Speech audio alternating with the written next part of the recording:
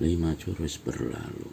Serangan-serangan ikram-barangan yang laksana hujan mencurah itu mulai ditahan dan dibendung oleh keris berelot 12 di tangan Cokorda Gede Anyer, yang nyatanya bukanlah keris sembarangan pula. Dengan senjata itu itulah kabarnya Cokorda Gede Anyer menyelamatkan kerajaan Bali. Pada jurus ke-9, dalam satu serangan yang sangat kalap dan membahayakan dirinya sendiri, Ikrambangan berhasil melukai bahu kiri lawannya, Cokorda Gede Anyer. Jadi naik pitam. Kalau tadi dia cuma bertahan dan menunggu kesempatan untuk merampas senjata lawan, maka kini dia pun tak mau main-main lagi. Keris di tangannya diputar sedemikian rupa, gerakan-gerakannya berubah, dan dalam satu jurus saja Ikrambangan menjadi dibikin sibuk, berada dalam keadaan terdesak.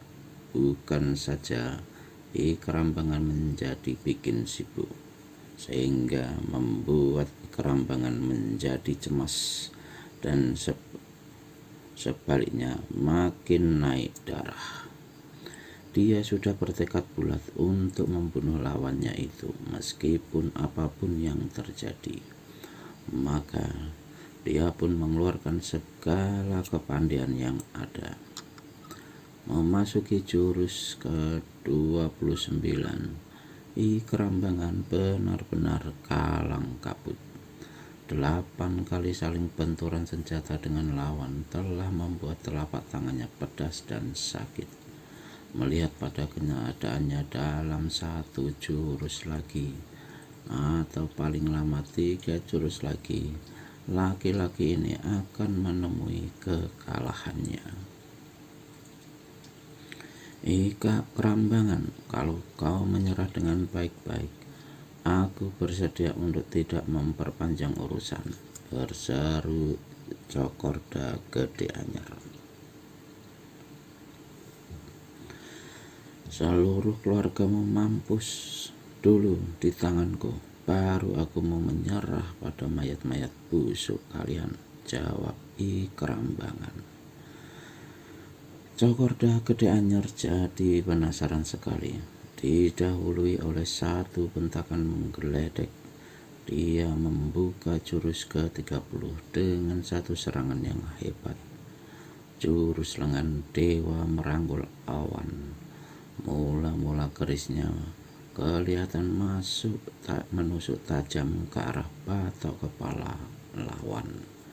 Ketika lawan menangkis, mendadak lengannya bergerak menghantam ke leher dalam kecepatan yang luar biasa dan sukar diduga.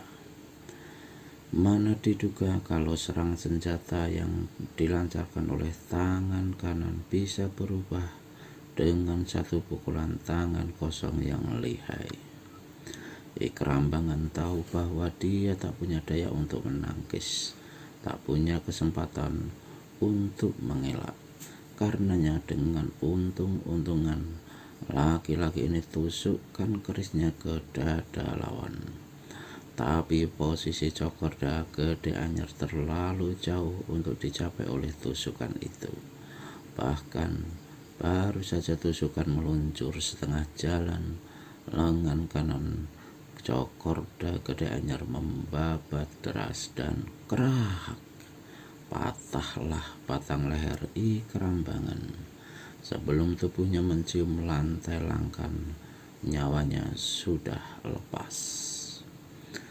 Kalau tadi keempat orang kawan-kawan Ikrambangan hanya berdiam diri menyaksikan pertempuran itu dengan khawatir, kini bagaimanapun juga rasa setia kawan membuat mereka menjadi marah.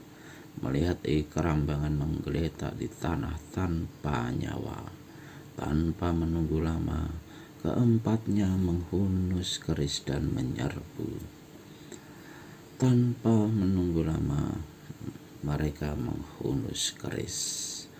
Mada Trisna tidak tinggal diam pula.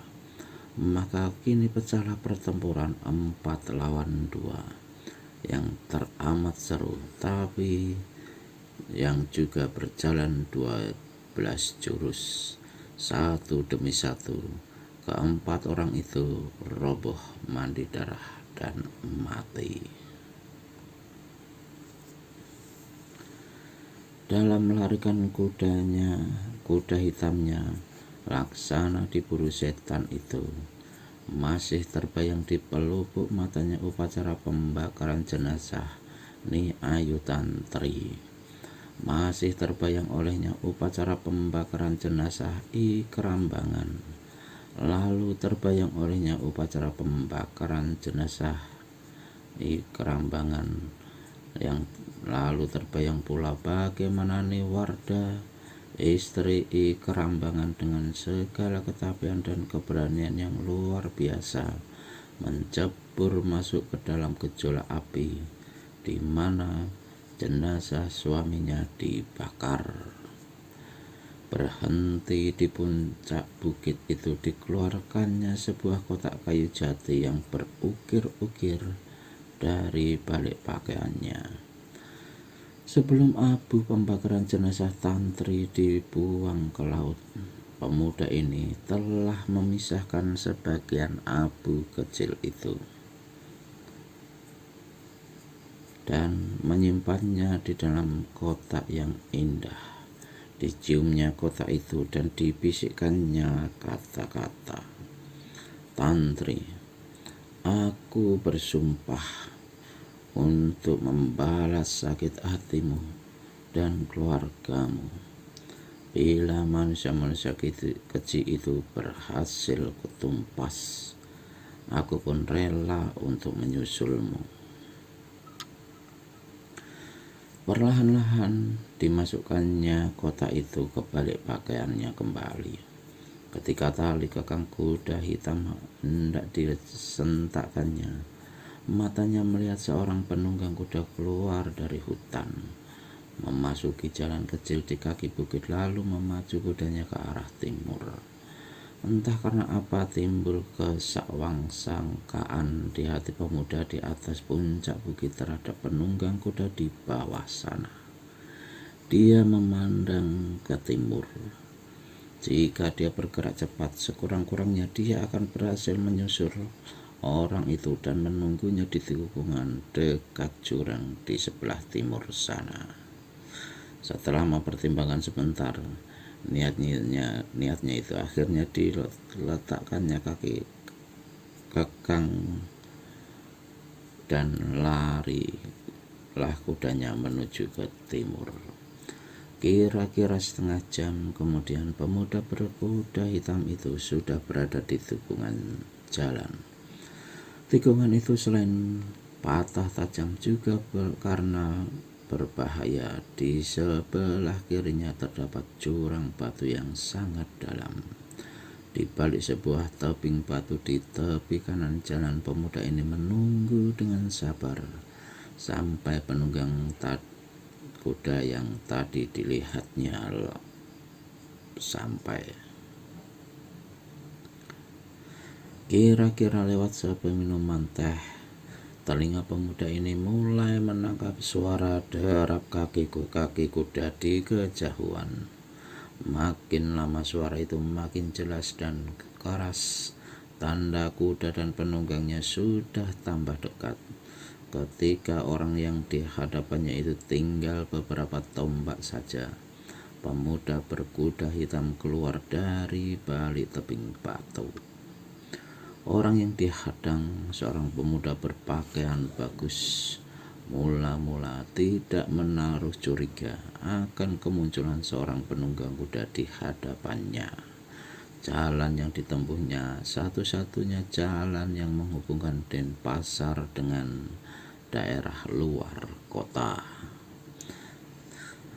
Jadi adalah biasa saja kalau berpapasan dengan orang lain. Namun melihat pemuda berkuda hitam itu sengaja berhenti di tengah jalan, maka sakwasangkalah hatinya. Pemuda berpakaian bagus itu menghentikan kudanya dalam jarak 15 langkah. Keduanya saling pandang sejurus. Pemuda yang berpakaian bagus akhirnya membuka mulut. "Saudara, harap kau suka memberi jalan." "Saudara, apa kau tak dengar orang minta jalan?" ujar pemuda berpakaian bagus berbadan tinggi kurus dan berwajah pucah pasi. Suaranya mulai keras, tanda gusar.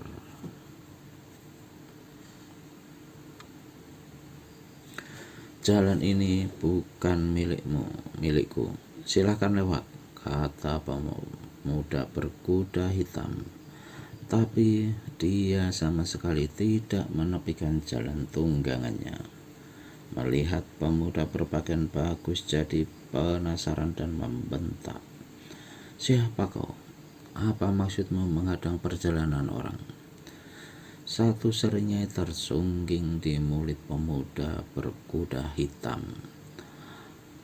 "Aku terus terang manusia muka pucat. Kau tentu bangsatnya yang bernama Cokorda Gede Jantra dari Denpasar." Ucapan ini membuat pemuda berpakaian bagus menjadi kaget. Nalurinya memperingatkan agar mulai detik itu dia harus berhati-hati karena memang dia adalah Cokorda Gede Jantra. "Katakan dulu kau siapa, baru aku menerangkan tentang diriku." Sebagai jawaban, pemuda berkuda hitam mencabut sebilah keris bereluk 7 berwarna coklat tua. Sinar matahari yang terik membuat senjata ini berkilau memancarkan sinar kehitaman. "Silahkan cabut keris di pinggangmu. Aku yakin kau adalah manusia keji yang bernama Cokorda Gede Jantra. Aku Nyoman Dwipa, kekasih Ni Ayu Tantri. Kau harus serahkan jiwamu saat ini juga sebagai pertanggungan jawab atas apa yang telah kau lakukan terhadap gadisku, juga atas apa yang telah dialami oleh Ikrambangan serta 4 orang kawan-kawannya." Kejut Gede Jantra bukan alang kepalang, tapi dia tidak gentar. Dia tertawa gelak-gelak kemudian berkata, "Jadi ini tampang manusia yang mengaku kekasih Ni Ayu Tantri.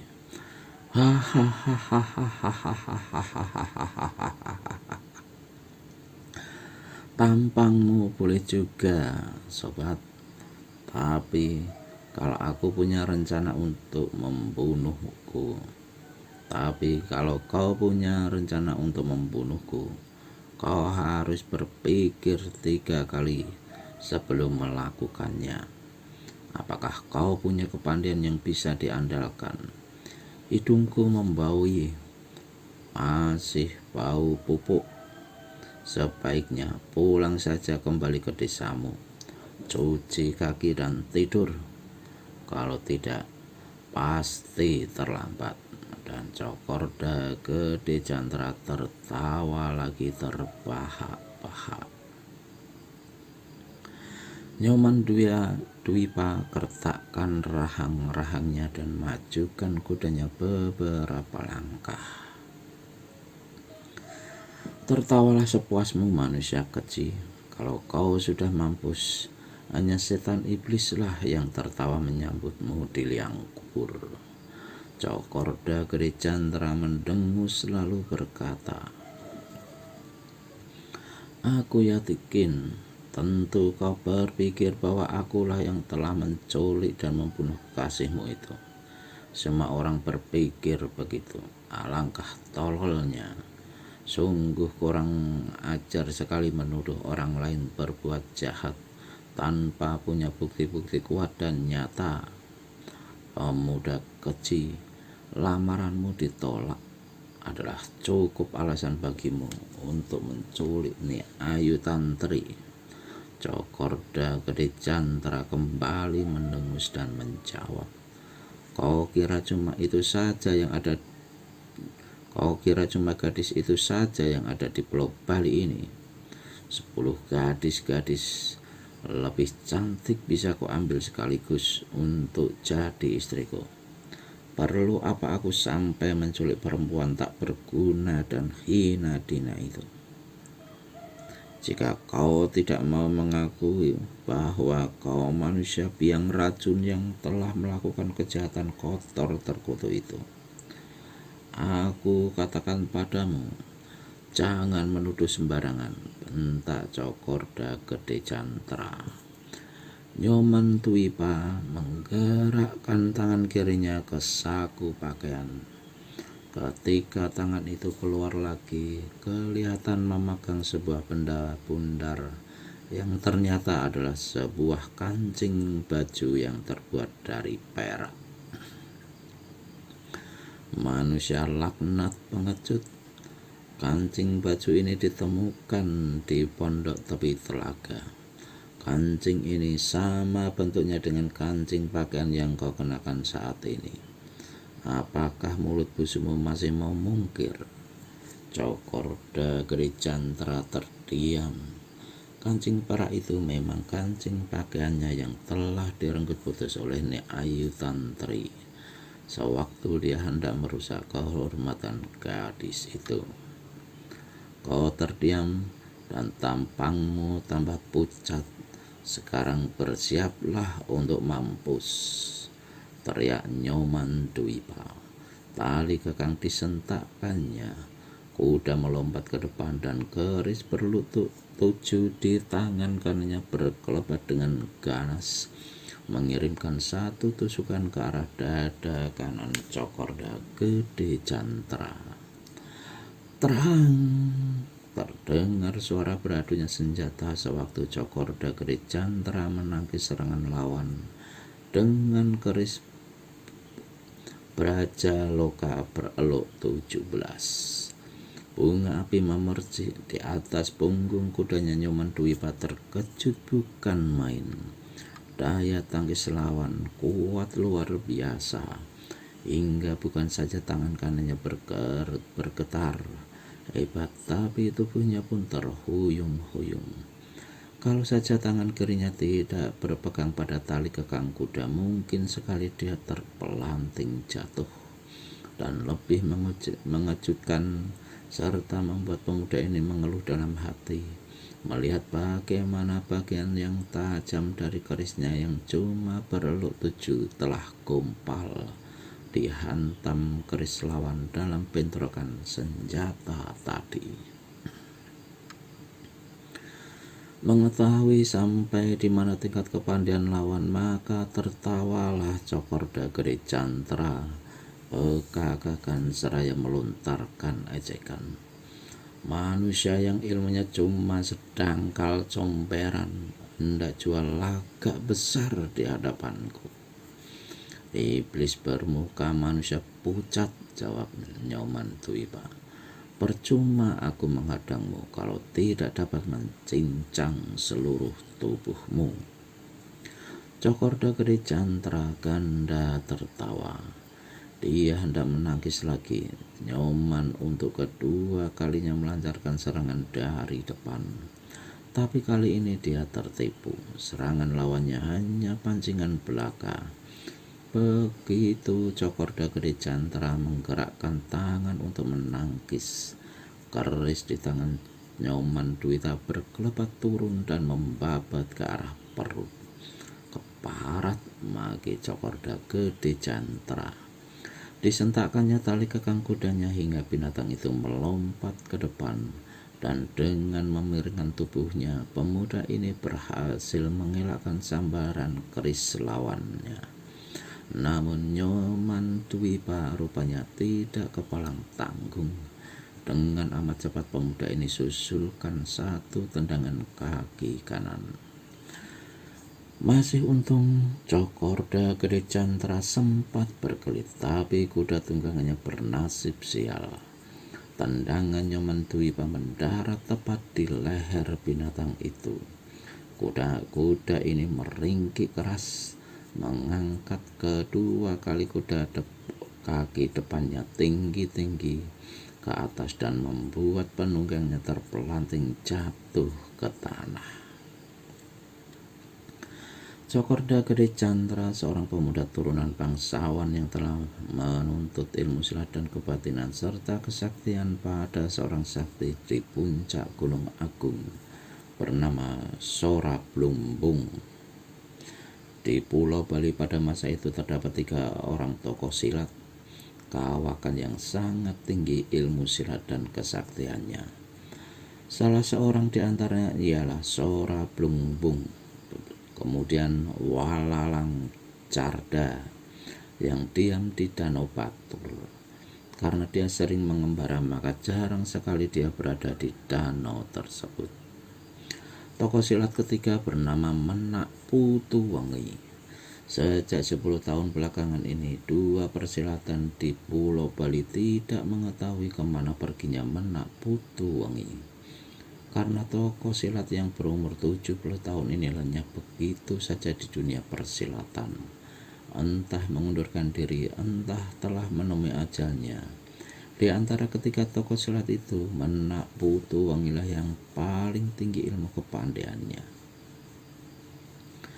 Senjatanya segala benda apa saja yang berbentuk tongkat, baik beberapa helai lidi atau daun bambu, ataupun ranting kering atau besi, bila berada di tangannya pasti akan menjadi senjata yang sangat dahsyat. Karena itulah Menak Putuwengi mendapat julukan Raja Tongkat 4 Penjuru Angin. Pernah sekitar 15 tahun yang lalu ketika tokoh itu bertemu di puncak Gunung Tabanan untuk mengadakan pertandingan persahabatan, menguji ilmu kepandaian masing-masing dalam pertandingan yang sangat hebat dan dihadiri oleh tokoh-tokoh silat di Pulau Bali. Maka Menak Putuwengi keluar sebagai jago nomor 1 setelah berturut-turut mengalahkan Sora Blumbung dan Walalang Carda. Setelah 15 tahun berlalu, tak dapat lagi dipastikan siapa sesungguhnya yang lebih hebat, karena di samping ketiga orang tokoh silat itu tak pernah lagi mengadakan pertandingan, juga kabarnya Sora Blumbung serta Walalang Carda telah memperdalam ilmu masing-masing hingga mencapai tingkat yang sangat tinggi. Sebaliknya, Menak Putuwengi lenyap begitu saja, tak diketahui kemana perginya. Sebagai salah seorang murid Sora Blumbung yang pernah digembleng selama 4 tahun, dengan sendirinya Cokorda Gede Candra memiliki kepandaian yang tinggi.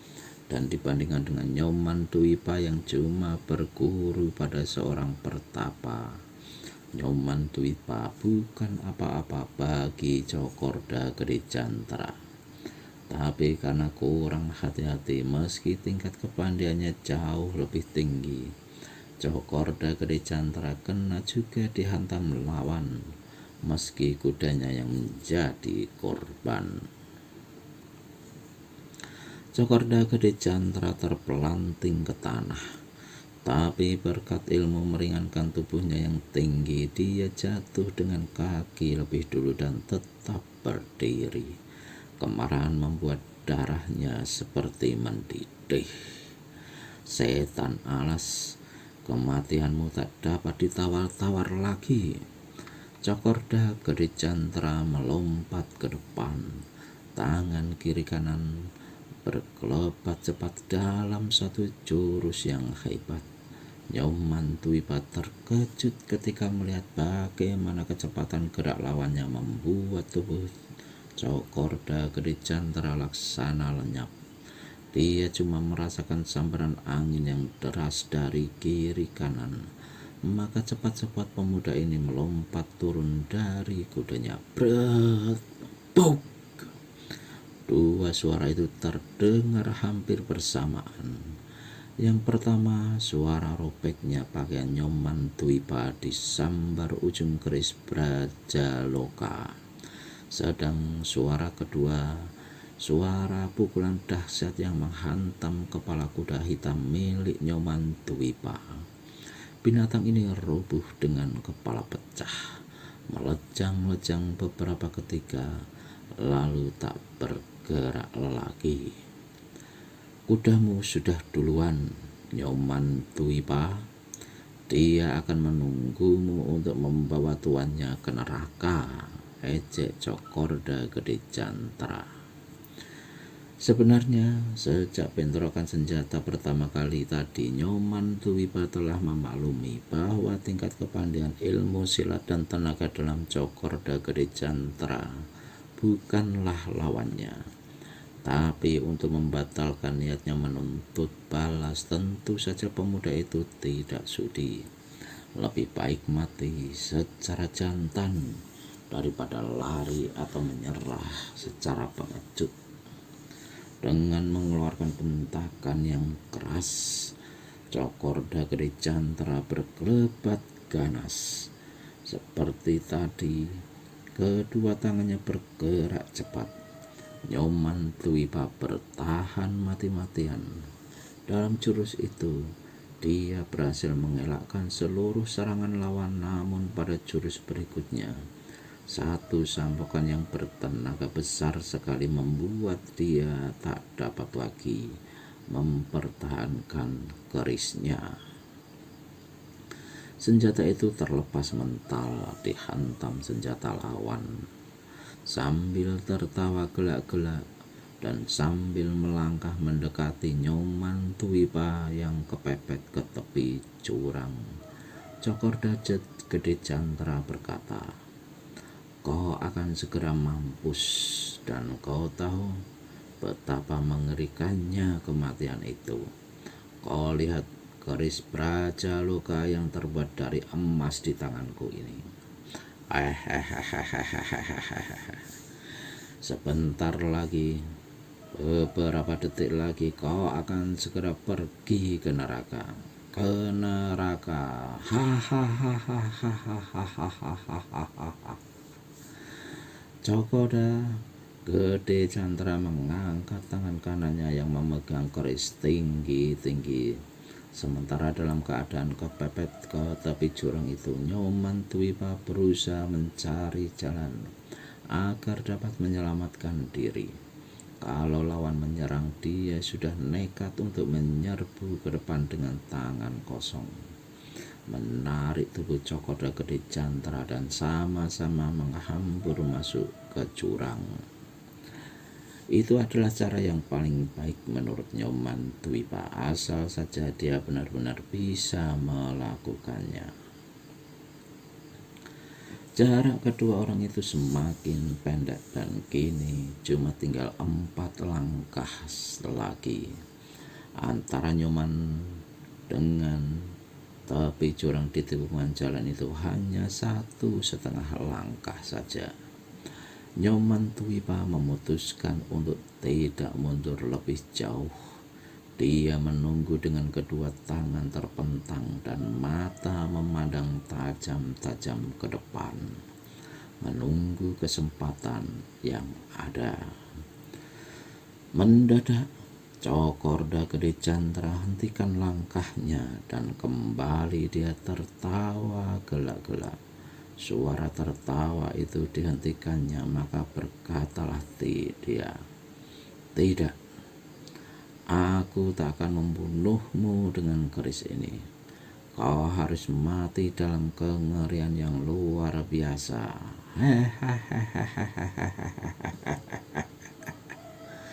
Pernahkah kau memikirkan bagaimana ngerinya bila jatuh ke dalam jurang di belakangmu itu? Kematian menunggumu di batu-batu cadas di bawah sana.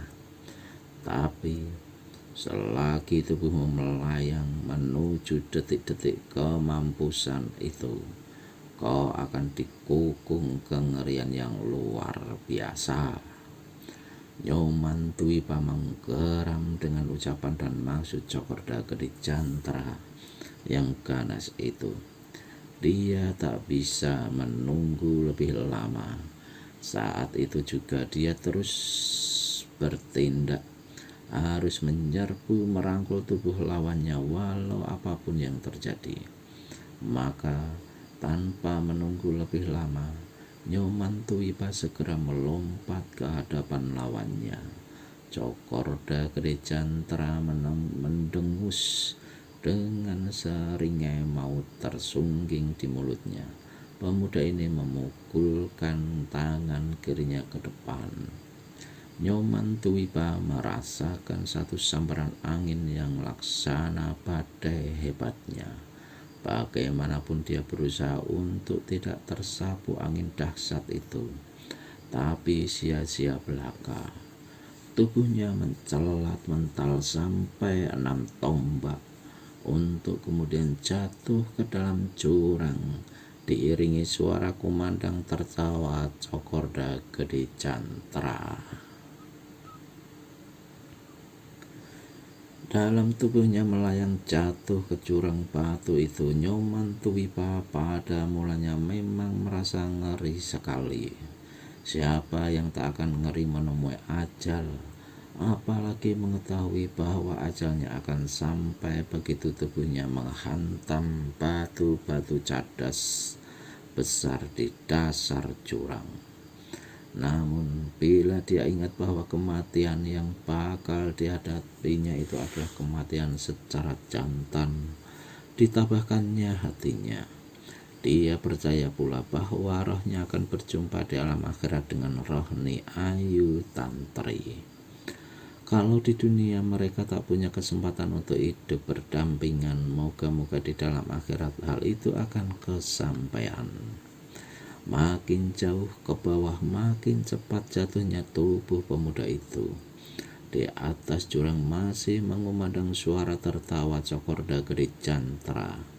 Betapapun tabahnya hati Nyoman Tuwipa, namun ketika sekilas matanya memandang ke bawah jurang, pada batu-batu besar yang cuma tinggal beberapa tombak lagi untuk menghancurkan kepala dan tulang-tulang di tubuhnya, Nyoman Tuwipa jatuh pingsan. Tapi dalam kehidupan ini kerap kali kita dihadapkan pada kenyataan-kenyataan bahwa sebelum ajal berpantang mati. Hal itu pula lah yang terjadi dengan diri Nyoman Tuwipa. Tubuh pemuda itu hanya tinggal 6 tombak saja dari permukaan sebuah batu cadas yang sangat besar. Kemudian berkelebatlah satu bayangan putih yang dibarengi dengan suara seruan, "Dewa Agung." Yang berseru ini adalah seorang kakek-kakek tua renta berpakaian putih, rambutnya yang panjang terurai macam rambut perempuan, janggutnya yang menjela dada serta kumis, bahkan kedua alisnya berwarna putih bersih macam kapas. Meski umurnya sudah lebih dari 70 tahun, tapi kakek-kakek ini memiliki tubuh yang masih kekar dan kegesitan yang luar biasa. Dia melihat sesosok tubuh melayang jatuh ke dalam jurang. Kejutnya bukan alang kepalang. Dia tidak tahu apakah manusia yang jatuh itu masih hidup atau sudah mati. Meski demikian, kakek-kakek ini segera mengangkat kedua tangannya dan mendorong ke atas. Satu gelombang angin padat bertiup memapasi tubuh Nyoman Tuwipa. Untuk beberapa detik tubuh pemuda itu tertahan di awang-awang. Untuk mengurangi kekuatan jatuh pemuda itu, si orang tua menggerakkan kedua tangannya ke kanan. Tubuh Nyoman Tuwipa terpelanting ke kanan lalu didorong lagi ke atas. Dan ketika jatuh kembali ke bawah, orang tua itu menyambutnya dengan kedua tangan. Sungguh luar biasa apa yang dilakukan orang tua ini. Tubuh Nyoman Tuwipa dipanggul di atas bahu kanan dan sekali berkelebat, Orang tua itu sudah lenyap dari pemandangan. Si orang tua membawa Nyoman Tuipa ke dalam sebuah gua batu, dan setelah diperiksa ternyata pemuda itu masih bernafas. Kakek-kakek ini mengurut dada dan kening Nyoman Tuipa beberapa kali, hingga akhirnya pemuda itu sadar dari pingsannya. Setelah membuka kedua matanya, Nyoman Tuipa kemudian memandang berkeliling. Sekelilingnya ruangan batu yang bersih. Apakah aku sudah berada di alam baka? Pikir pemuda ini. Tapi bila matanya membentur tubuh dan para seorang tua berpakaian putih-putih, berkumis dan berjanggut putih, heranlah pemuda ini. Orang tua itu duduk di sebuah batu bundar di tengah ruangan. Kedua telapak tangannya saling dirapatkan di depan dada, sedang kedua matanya terpejam. Nyatalah orang tua ini tengah bersemedi. Tapi anehnya, begitu Nyoman Tuipa menyalangkan mata dan memandang terheran-heran berkeliling, tanpa membuka matanya, si orang tua berkata, "Orang muda, kau tak usah heran. Kau berada di tempat aman." "Di manakah saya, Bapak? Apa yang telah terjadi dan siapakah Bapak ini?" tanya Nyoman Tuipa, seraya bangun dari tempat tidur yang terbuat dari batu. Tanpa membuka kedua matanya kembali, si orang tua berkata, "Kau berada di tempat yang aman, orang muda. Ketika aku berada di dalam gua, aku dengar suara bentakan-bentakan yang diselingi suara tertawa serta suara beradunya senjata di atas. Aku keluar gua tepat pada saat kulihat sosok tubuhmu melayang jatuh ke dasar jurang. Selanjutnya, Dewa yang Agung telah menyelamatkan kau dari kematian." Kini ingatlah Nyoman Tuipa akan apa yang telah terjadi dengan dirinya. Dia bertempur dengan Cokorda Gede Jantra, kemudian didorong dengan satu pukulan dahsyat hingga mencelat mental dan jatuh masuk jurang. Dari ucapan si orang tua berambut putih, meski dia tadi mengatakan bahwa Dewa Agunglah yang telah menyelamatkan jiwanya, tapi Nyoman Tuipa sadar bahwa orang tua inilah yang telah menolongnya dari renggutan maut. Segera Nyoman Tuipa turun dari tempat tidur batu, melangkah ke hadapan kakek-kakek itu dan berlutut seraya berkata, "Orang tua, aku Nyoman Tuipa menghaturkan terima kasih yang tak terhingga atas budi pertolonganmu. Semoga aku kelak bisa membalas hutang nyawa ini dan semoga Dewa Agung merahmatimu. Sudilah kau memberitahu namamu agar sewaktu-waktu aku tidak sukar mencarimu." Si orang tua tertawa dan menjawab, "Apa artinya nama? Kita dilahirkan tanpa nama. Apa gunanya menyebut-nyebut segala hutang nyawa? Karena memang kita manusia ditugaskan yang kuasa untuk menolong sesama manusia. Orang muda, cobalah kau terangkan apa yang telah terjadi atas dirimu hingga kau jatuh dari tepi jurang." Nyoman Tuipa lalu menuturkan pertempurannya dengan Cokorda Gede Jantra, bahkan diterangkannya juga pangkal sebab pertempuran itu termasuk kematian I Kerambangan dan 4 orang penduduk Klungkung. Si orang tua menghela nafas dalam dan untuk pertama kalinya dia membuka kedua matanya. Mata itu sipit sekali, macam mata orang Tiongkok, tapi menyorotkan sinar yang tajam penuh wibawa. Cinta itu pada dasarnya adalah sesuatu yang suci, tapi Nafsu selalu membuatnya menjadi hal yang kotor. Seringkali manusia buta karena cinta, karena kecantikan paras perempuan. Kalau sudah segala sesuatunya yang kecil dan kotor bisa terjadi, hingga tidaklah aneh lagi kalau manusia tega membunuh manusia lain, bahkan saudara kandungnya sendiri, hanya karena cinta. Nyoman Dwipa termangu diam beberapa lamanya, kemudian katanya, "Orang tua, beritahulah namamu. Sebelum meninggalkan tempat ini, kuharap kau suka memberi petunjuk-petunjuk padaku. Kau hendak pergi dan kemudian melampiaskan lagi sakit hati dendam kesumatmu itu, Nyoman?" "Benar, orang tua," jawab Nyoman Dwipa terus terang. "Kau tak akan kuat menghadapi Cokorda Gede Jantra," kata kakek-kakek itu pula secara terus terang. "Buktinya, pukulan tangan kosongnya saja sanggup mengirimkan kau ke liang maut. Jika saja Dewa Agung tidak mengendaki agar kau tetap hidup. Kau mungkin tidak tahu siapa adanya Cokorda Gede Jantra. Dia salah seorang murid Sora Plumbung, orang tua sakti yang diam di puncak Gunung Agung." Terkejutlah Nyoman Dwipa mendengar keterangan itu. Pantas saja dia tak sanggup melawan Cokorda Gede Jantra. Maka kalau diteruskannya niat untuk membalas dendam dengan tingkat kepandaiannya yang jauh lebih rendah, pastilah akan sia-sia belaka. Dan diam-diam pemuda ini mengeluh dalam hati.